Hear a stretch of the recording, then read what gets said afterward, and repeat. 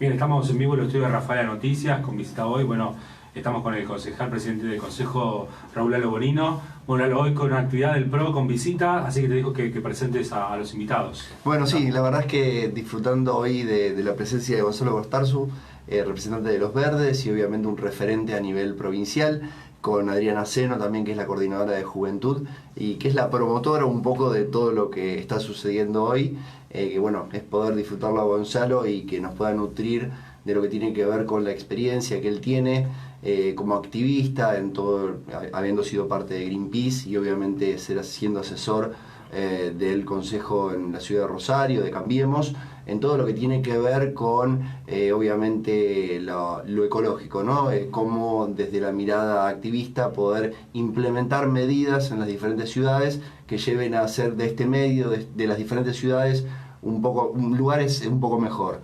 reutilizando todos aquellos productos que generalmente en la vivienda utilizamos, y cómo desde la parte legislativa podemos llevarlo adelante. Así que bueno, nutriéndonos de la gente que sabe como corresponde, porque no todos nos sabemos todos. Bueno, y un tema, algo que siempre atraviesa el Consejo, cada tanto, ¿no? O sea, el tema ambiental, se habló mucho del tema de las antenas, se habló el tema de agroquímicos. Bueno, Rafaela dice ser una ciudad sustentable también, así que eso también ayuda a Totalmente. Bueno, a ver, Rafaela también posicionada a nivel nacional con lo que tiene que ver con el complejo sanitario, obviamente un lugar que ha sido referente, muchos lugares o muchos referentes de diferentes ciudades han venido a Rafaela a visitar eso. Hemos avanzado en diferentes cuestiones que tienen que ver con la utilización de las bolsas reutilizables, pero bueno, siempre hay una vuelta de rosca más para dar y más en lo que tiene que ver con las economías circulares, por eso que la idea es poder nutrirnos sobre las nuevas tendencias que hay y cómo ir dándole una vuelta de rosca más a todo lo que tiene que ver con el cuidado del medio ambiente. Bien, antes de hablar con Gonzalo, bueno, un poco contanos en qué se marca esta actividad. Creo que ya han hecho otras actividades de la Juventud del PRO. Bueno, contanos un poquito cómo surgió. Bueno, al principio, como dice Lalo, la idea es nutrirnos con profesionales o políticos. Gonzalo lo conozco hace años, es buena persona, así que invité a los chicos proyectamos en hacer estas actividades, invitando a capacitaciones para poder aprender. Y bueno, ahora a las 18:30 tenemos una disertación a cargo de él que va a ser de microplásticos y descartables. Bien. Gonzalo, ¿qué tal? Buenas tardes. ¿Cómo te va? Buenas tardes. A Rafaela. Gracias. Ahí ella adelantó, ese va a ser el tema, contanos un poquito, adelantarnos un poco. Sí, basado en el tema de microplásticos y descartables, tomando en cuenta un poco también lo que mencionó Lalo, que es el tema de la economía circular. No siempre que uno va recorriendo distintos lugares encuentra una buena base. Rafaela tiene muy buena base en el tema ambiental, él lo mencionó, es decir, tiene un centro, un complejo en el cual se está trabajando el tema también del salón que está realizado con materiales reutilizables, es decir, uno ahí puede ver en vivo o lo que uno predica a veces desde lo teórico, que esto se puede llevar adelante.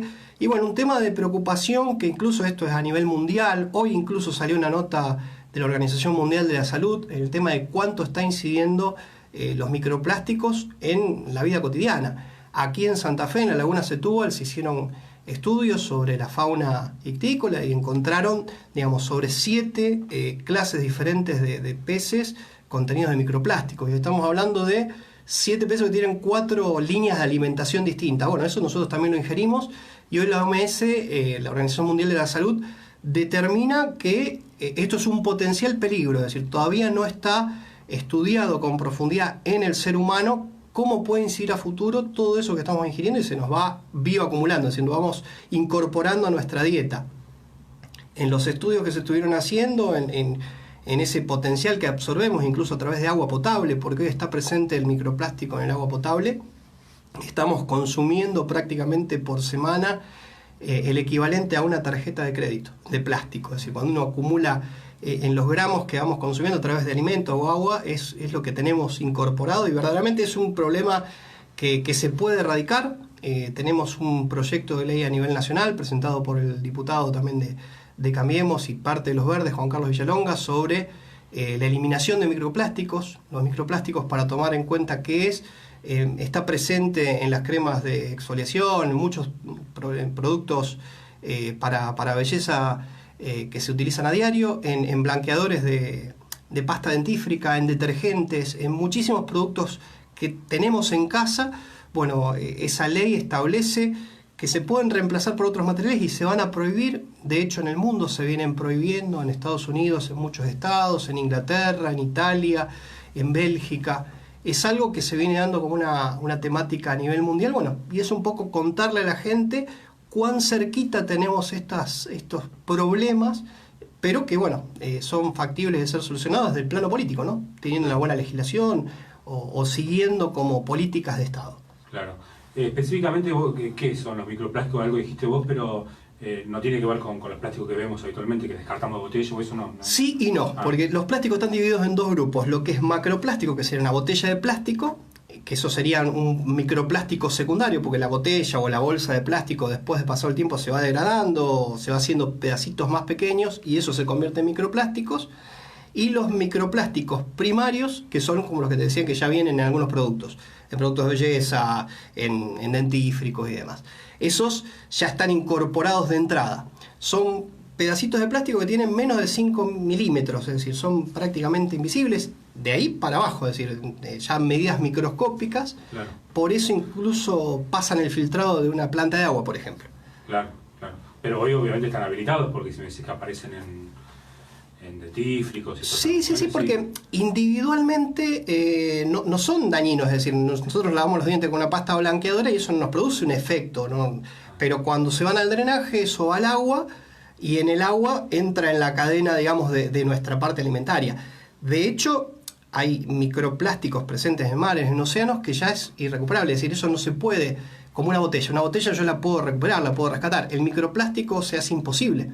Claro. Porque es tan pequeño que no hay forma de poder filtrarlo. Entonces, cuando uno ve estudios, hay, por ejemplo, por kilómetro en lugares que tenés 70 kilos de plástico.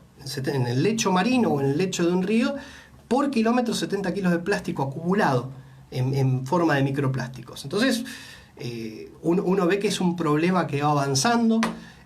Para el 2050 ya se establece que va a haber más cantidad de contenido plástico que peces, por ejemplo, a nivel mundial. Claro. ¿Y eso en la salud cómo afecta en el caso de los humanos? Bueno, el tema de incorporación de cualquier elemento extraño en el cuerpo que no se degrada ya genera problemas. Es decir, justamente lo que está estudiando la Organización Mundial de la Salud, y por eso lo pone como potencialmente peligroso, porque todavía no hay estudios a fondo, es en el tiempo cómo puede esto ir afectando al ser humano. Hoy lo estamos absorbiendo y a lo mejor esto se detecta dentro de 20 años algún problema en nuestra salud. Como esto se va acumulando, a lo mejor puede generar desde malformaciones hasta problemas, cancerígenos, porque al acumularse no solamente el plástico interviene, sino también los elementos químicos que se utilizan para la fabricación o para la flexibilidad. Entonces ahí es donde se genera el problema de salud.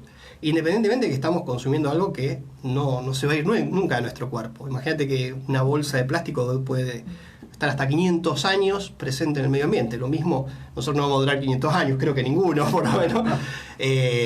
Pero eso se mantiene dentro de nuestro cuerpo.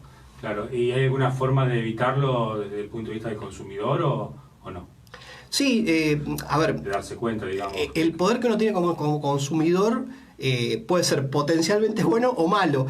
Ahí es justamente el tema y por eso es importante la charla que vamos a dar esta tarde, poder que esto se conozca, porque la gente cuando va tomando en cuenta esa noticia es donde empieza a ser consciente de decir, bueno, tomo la decisión de comprarlo o no comprarlo o cambiar de producto, y a su vez eso influye en que el fabricante, más allá de que una ordenanza o una ley luego lo obligue, empiece a cambiar su forma de producción.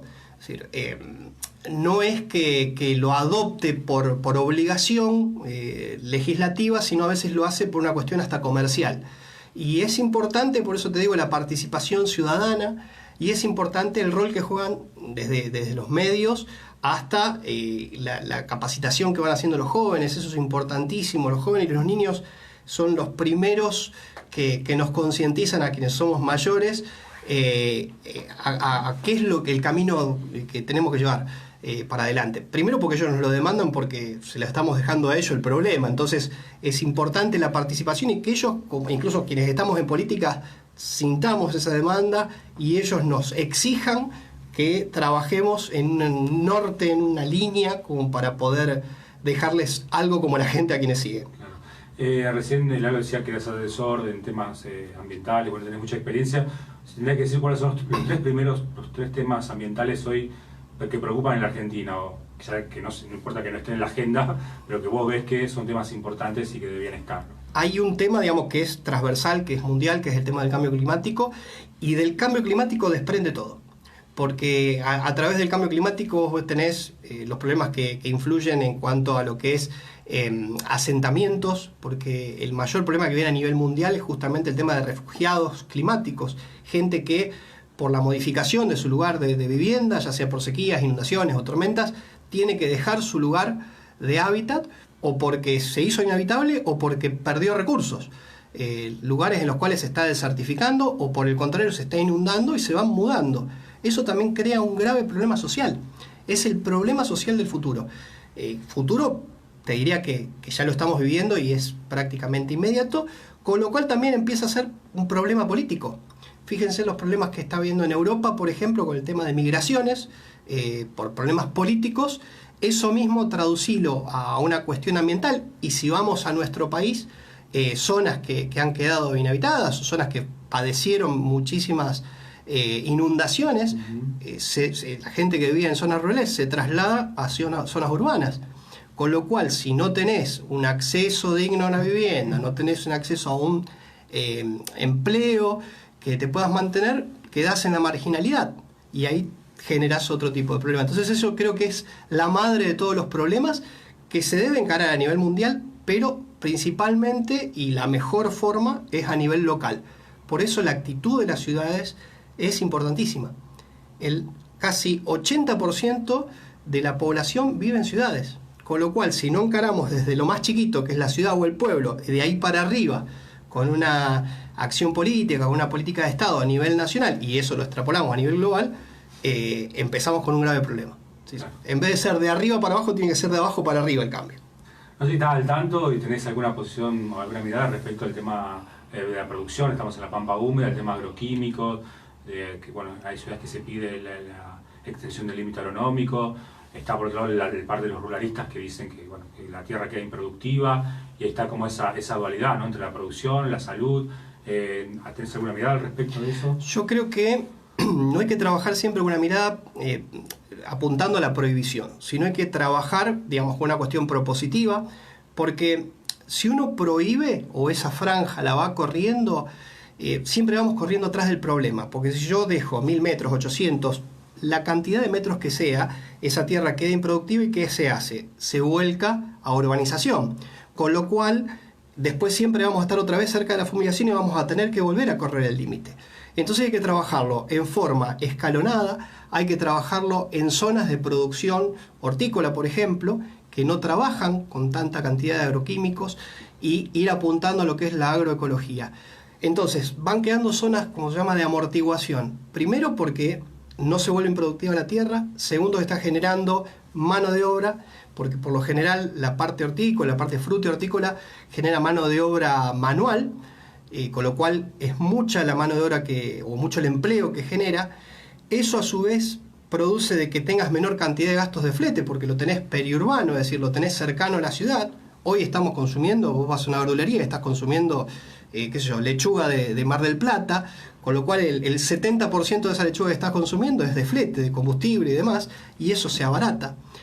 Un tipo de alimentación mucho más sana estás haciendo redituable, y a medida que eso se va haciendo, esa producción va generando ganancia, el mismo productor va extendiendo la franja. Entonces es una mirada propositiva, es una mirada que cuida también la parte de salud, porque, a ver, los agroquímicos mal empleados generan problemas de salud.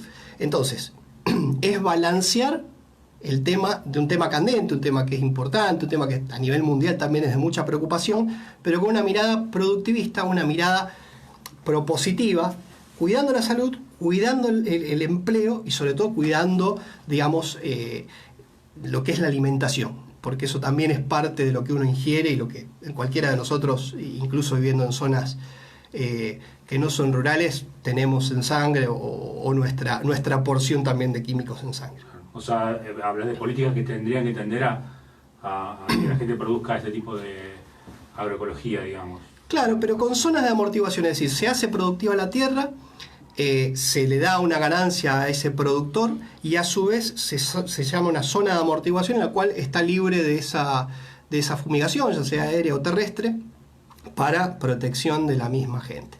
Pero vuelvo a repetir, es decir, generando un valor agregado a la persona que es dueña de la tierra y se evita, digamos, que perdamos suelo productivo qué sé yo, en urbanizaciones.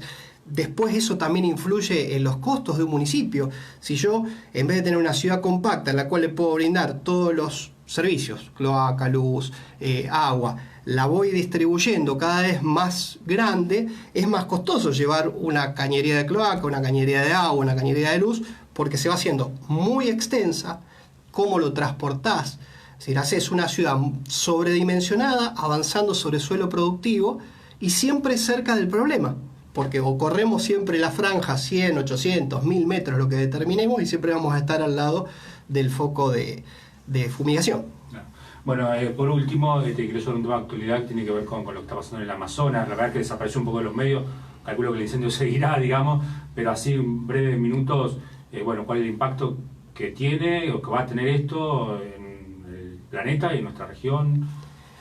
Mira, lamentablemente no es un tema, hoy es nuevo en los medios, pero por ejemplo los focos, la mayor cantidad de focos se dieron en el año 2013, que muchos por ahí no se ven reflejados en los medios, pero esto es algo que lo venimos padeciendo hace muchos años. Incluso yo como rosarino, nosotros tenemos todos los años el mismo problema, se incendian o las incendian en las islas frente a nuestra ciudad y tenemos humo por donde quieras.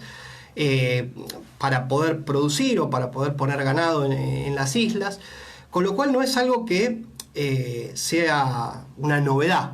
Sí influye sobre todo en el tema como hablábamos antes, el tema del cambio climático, por la emisión de gases de efecto invernadero, pero sobre todo porque perdemos zonas en las cuales se absorbe dióxido de carbono, como es el tema de la Amazonía, que incluye, digamos, la parte de no solamente Brasil, sino Bolivia, parte de Paraguay, parte de Perú. Es decir, es muy extenso y normalmente son tierras que tardan muchísimos años en poder reacondicionarse. Por eso es importante tener leyes y que las leyes se puedan cumplir. Nosotros en Argentina tenemos la ley de bosques, que es una ley de presupuestos mínimos, y sin embargo tenemos provincias como Salta, como Chaco, como Formosa, que tienen tasas de deforestación terribles. Y eso es algo que Nación le gira dinero a cada una de las provincias, porque cada provincia es responsable de sus recursos naturales, y sin embargo no se vuelcan lo que se tendría que volcar. Bueno, muchas gracias. Muchas gracias. Gracias a ustedes.